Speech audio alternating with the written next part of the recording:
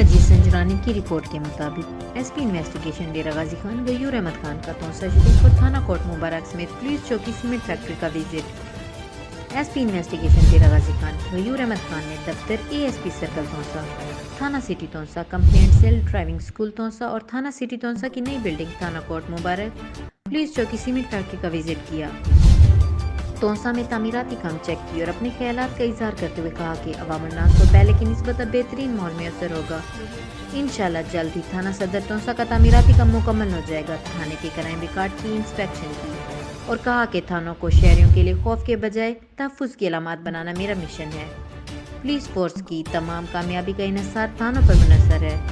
Police اور عوام کے درمیان فاصلوں کو ختم کیا جائے، عوامی دوست پولیس کو فروغ دیا جائے، تھانوں میں عوام کو بیٹھنے اور سروسز فراہمی کے مثالی انتظامات کیے جائیں، جبکہ تھانہ کوٹ مبارک وزٹ کے دوران ایس ایچ او کو ہدایت کی عوام الناس کے جان و مال کے تحفظ کو ہر صورت یقینی بنانے کے لیے تمام وسائل بروئے کار لائے جائیں۔